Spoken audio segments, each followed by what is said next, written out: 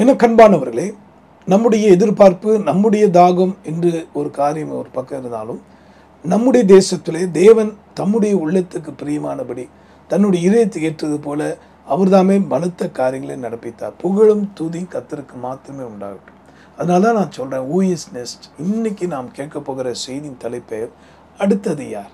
என் அன்பானவர்களே, அநீதி நடப்பித்தவர்கள், அக்கிரமத்தை நடப்பித்தவர்கள் காணாமல் போனார்கள், இனியும் காணாமல் போவார்கள். அதே போல தான் யார் இந்தியாவை ஆட்சி செய்தாலும் சரி, கர்த்தருடைய ஜனமே, நீங்கள் புரிந்து கொள்ள வேண்டிய ஒரு காரியம், எத்தனையோ 70 ஆண்டுகள் மேலாக தேவனுடைய கிருபையினால தான் சபைகள் வளர்ந்து கொண்டிருக்கிறது. மிஷனரிகள் செய்ததான தியாகமான ஊழியங்கள், இன்னும் கர்த்தரால் அபிஷேகம் பண்ணப்பட்டு அழைக்கப்பட்டவர்கள் பாரத்தோடு செய்கிறதான ஊழியத்தின் நிமித்தம் தான் தேவன் தமது பெரிதான கிருபையினாலே ஜனங்களை ரட்சித்து வருகிறார். ஆக கடவுள் பெயரை சொல்லி இன்றைக்கு எவ்வளவு சம்பாதிக்கலாம் அல்லது எப்படிப்பட்ட தங்களுடைய பெயரையும் தங்களுக்கு புகழும் உண்டாக்கலாம் என்று ஓடக்கூடிய பொல்லாத மனுஷர்கள் நடுவிலே தேவனாகிய கர்த்தர் அன்றைக்கு எலியா கூட யோசித்தார், அடுத்தது யார்? ஏன்னா அவர் யோசித்தார், இவரை போல வைராகியம் உள்ளவர்கள் யாரும் இல்லை. அவர் ஒருவேளை சிந்தித்த எண்ணங்கள் தவறு என்று சொல்ல முடியாது. ஏனென்றால் எலியாவினுடைய வாழ்க்கையில் தேவனுக்காக வைராகியம் பாராட்டினார். நானும் கூட ஒரு காலத்தில் இருளில் வாழ்ந்தபோதும் அவருடைய கிருபையினால தான் ரட்சிக்கப்பட்டு இன்றைக்கு அவருடைய திருப்பணியை, அவருடைய கிருபையினால இந்த பணியை செய்து வருகிற இந்த ஊழியத்தை கர்த்தருக்கு மகிமை உண்டாகட்டும். இப்போ எலியா நினைத்து நின்ற நேரத்தில் ஆண்டவர் சொன்னார், இல்லைப்பா, எனக்கு பாகாலுக்கு முழங்கால் பணியிடாத 7000 பேரை நான் வைத்திருக்கிறேன் என்று சொன்னார். என் அன்பானவர்களை, இந்த கடைசி நிமிஷத்தில் வாழ்ந்து கொண்டிருக்கிற நமக்கும் கூட அந்த 7000 பேரிலே நாமும் ஒருவராய் மாறிட, அவ்விதமான நன்மையை பெற்றிட ஏன் நாம் தயங்கக்கூடாது? அதுக்கான முயற்சியை எடுக்கக்கூடாது? ஒரு நாளும் தயக்கம் காட்ட வேண்டாம். நான் மறுபடியும் சொல்கிறேன், அடுத்தது யார்? உங்களையும் உங்கள் குடும்பத்தையும் உங்கள் வருங்கால சந்ததியுமே கர்த்தர் ஆசீர்வதிக்க விரும்புகிறார். இந்த வார்த்தை கேட்டு நீங்கள் உங்கள் கவனத்தை முழுக்க பரிசுத்த வேதாமத்துக்கு நேராக வைப்பீங்களானா, if you focus your mind on the word of God, you and your family and your generation will be blessed. தேவன் உங்களையும் உங்கள் குடும்பத்தையும் உங்கள் சந்ததியுமே ஆசீர்வதிக்கப்பட்ட ஒரு சந்ததியாக கர்த்தர் மாற்றுவார்.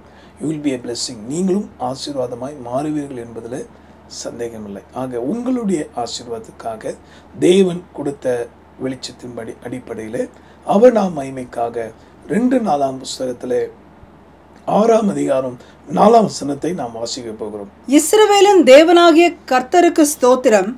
அவர் என் தகப்பனாகிய தாவீதுக்கு தம்முடைய வாக்கினால் சொன்னதை தம்முடைய கரத்தினால் நிறைவேற்றினார். இங்கே சாலமோன் ஒரு அற்புதமான ஆலயத்தை எழுப்பினார். தேவனுடைய நாமம் மகிமைப்படுவதாக. அந்த இடத்துல அவர் சொல்லுகிற ஒரு அற்புதமான கர்த்தரை உயர்த்தி சொன்ன ஒரு காரியம். பிரியமானவர்களே, என் தேவன் என் தகப்பனாருக்கு வாக்கினால் சொன்னதை கரத்தினால் செய்து முடித்தார். அடுத்தது யார்? தேசத்தை ஆளக்கூடிய மனுஷர்கள் யாராக இருந்தால் என்ன, நீங்களும் நானும் செய்ய வேண்டிய ஒரே காரியம், சர்வ வல்லவருடைய பாதத்தை உறுதியாக பிடித்து கொள்ள வேண்டும். நாம் இன்னும் உறுதியாக செய்ய வேண்டிய ஒரு காரியம், அவருடைய சமூகத்தில் காத்திருக்க வேண்டும். அவருடைய வார்த்தைக்கு ஒருபோதும், கட்டளைகளுக்கு, அவருடைய நியமங்களுக்கு, அவருடைய வசனங்களுக்கு துரோகம் செய்யாதபடி நடுங்கி திகைத்து அவருடைய வழியில் நடப்போமானால், ஏசாயாங்கிற தீர்க்கதரிசி மூலமாய் கர்த்தர் என்ன சொன்னார் தெரியுமா? என் வசனங்களுக்கு நடுங்குறவனையே நான் நோக்கி பார்ப்பேன் என்று சொன்னார். அந்த தேவனாகிய கர்த்தர் உங்களை பார்த்து சொல்லுகிறார், அவர் வாக்குரைத்ததை கரத்தினால் செய்து முடிப்பார். இன்றும் இனிமேலும் செய்து முடிப்பார். இப்போ நாம் பார்த்தது ஒரு சில காரியங்கள் மாத்திரமே, இன்னும் பல காரியங்கள் காத்திருக்கிறது. என் தேவனாகிய கர்த்தர் தன் வாக்கினால் சொன்னதை கரத்தினால் செய்வார். ஒரு ஆலயத்தை எழுப்புவது போல 1 கொரிந்தியர் 3ஆம் அதிகாரம் 16ஆம் வசனத்தின்படி ஒவ்வொரு மனுஷனையும் பார்த்து ஆண்டவர் பவுல் மூலமாக சொன்ன ஒரு வார்த்தை என்ன? நீங்கள் தேவனுடைய ஆலயம் என்பதை அறியீர்களா? ஒருவன் ஆலயத்தை கெடுத்தால் தேவன் அவனை கெடுத்து போடுவார் என்று அங்கே அவர் கடினமாய் அவர் வேதனையோடு சொல்வதை நம்ம பார்க்கிறோம். ஆம், இன்றைக்கும் கூட இந்த சரீரமாகிய ஆலயத்தை அருவருப்பான எண்ணங்களுக்கும் அசுசியான பழக்க வழக்கங்களுக்கும் பலவிதமான என்ன சொல்வார்னா மாயமால சிந்தைகளுக்கும் அருவருப்புகளுக்கும் பொய்களுக்கும் பித்தலாட்டங்களும் இப்படிப்பட்ட தீமைக்கும் இடம் தரக்கூடிய மனிதர்கள் தங்கள் சரீரமாக ஆலயத்தை கெடுத்து கொண்டிருக்கிறார்கள்.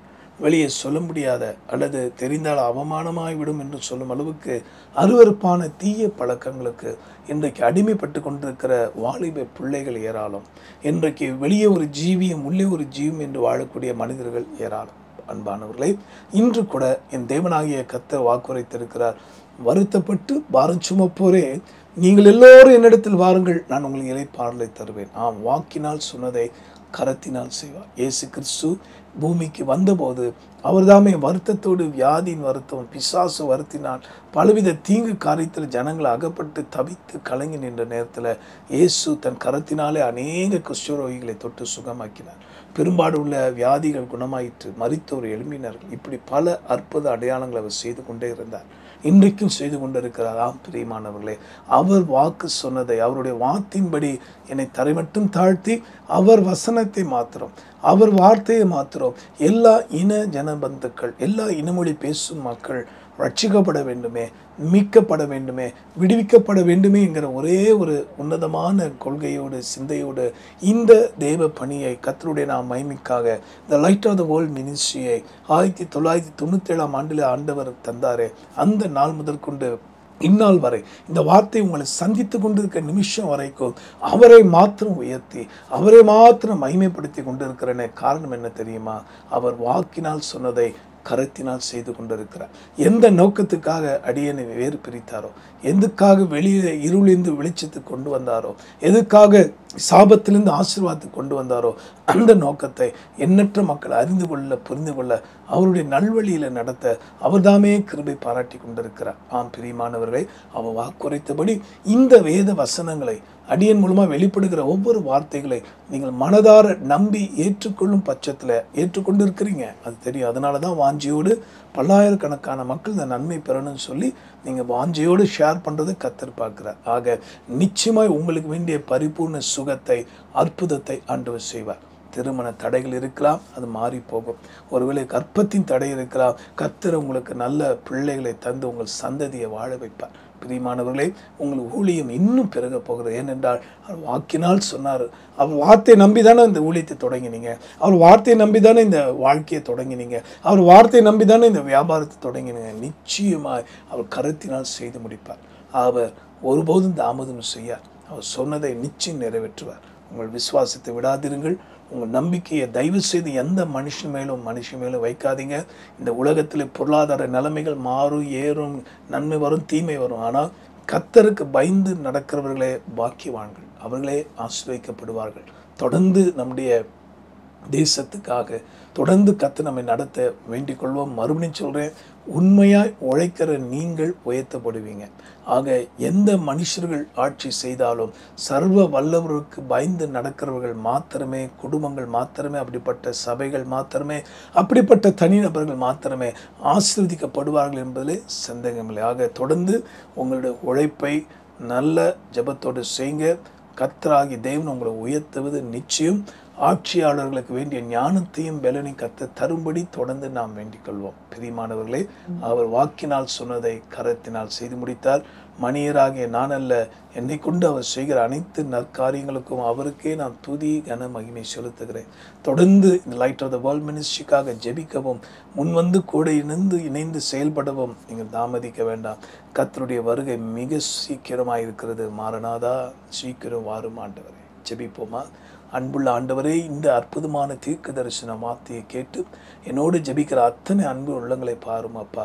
ஆண்டவரே, இன்னும் எத்தனை ஆண்டுகள் ஆனாலும், நாட்கள் ஆனாலும், நீர் உரைத்த ஒவ்வொரு வாக்கு தத்தமும், உங்களுடைய பிள்ளைகளை குறித்து நீ சொன்ன ஒவ்வொரு தீர்க்க தரிசன வார்த்தைகளும் அதன் காலத்திலே அதன் காரியத்தை நேர்த்தியாக நடப்பிக்கிற கர்த்தர் நிச்சயம் நிறைவேற்றினீர், இனிமேலும் நிறைவேற்ற போகிறீர். உமக்கு நன்றி அப்பா. இந்த அருமை ஜனங்கள் உம்மை பார்க்கட்டும், எங்கள் மூலமாய் வெளிப்படுகிற இயேசுவை அவர்கள் பார்க்கட்டும், இயேசுவின் வார்த்தை உறுதியாக பிடிக்கட்டும், இயேசு செய்த நற்கிரிகளை தாங்களும் செய்யட்டும். திக்கற்றோர், அனாதைகள், விதவைகள் என்று கைவிடப்பட்ட மக்களையெல்லாம் நினைவு கொண்டு அவர்கள் கிறிஸ்துவின் அன்பை வெளிப்படுத்தட்டும் அப்பா. ஆசீர்வதியும் வார்த்தையினால் சொன்னீர், கரத்தினால் செய்து முடித்தீர். உமக்கே மகிமை. இந்த ஜனங்கள் இதுமித்தம் இன்னும் வைராகியமாக வேத வசனங்கள் ஆராய்ந்து பார்த்து கர்த்தரை உறுதியாக பற்றி கொண்டு ஒரே சிந்தையாக, ஒரே எண்ணமாய் ஆவியானவரே உங்களுடைய துணையோடு கூட எண்ணற்ற மக்களை ஆதாயப்படுத்தி ஆத்ம ஆதாயம் செய்து உங்களுடைய ராஜ்யத்துக்கு நேராக நடத்த எங்களுக்கு கிருபை தாரும் அப்பா. புகழும் துதி உமக்கு செலுத்துகிறோம். பரிகாசம் பண்ண, அற்பமாய் எண்ணின, தீமை பேசின அத்தனை பேரும் நீர் ஆசீர்வதிக்க வேண்டுமா ஜெபிக்கிறோம். அறியாமல் செய்தார்களப்பா, அவர்களை மன்னித்தருளும். தகப்பை புகழும் துதியும் உமக்கே. மீட்பர் மூலமாக ஜெபிக்கிறோம் எங்கள் நல்ல பிதாவே, ஆமென்.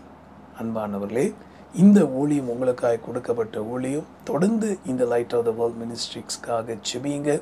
தாங்க விருப்பம் உள்ளவர்கள் எங்களை தொடர்பு கொள்ளலாம். உங்களையும், உங்கள் குடும்பத்தையும், உங்கள் சபையும், உங்கள் தேசத்தையும் இன்னும் கர்த்தர் அபிரதமாய் ஆசீர்வதிப்பாராக. ஆமென்.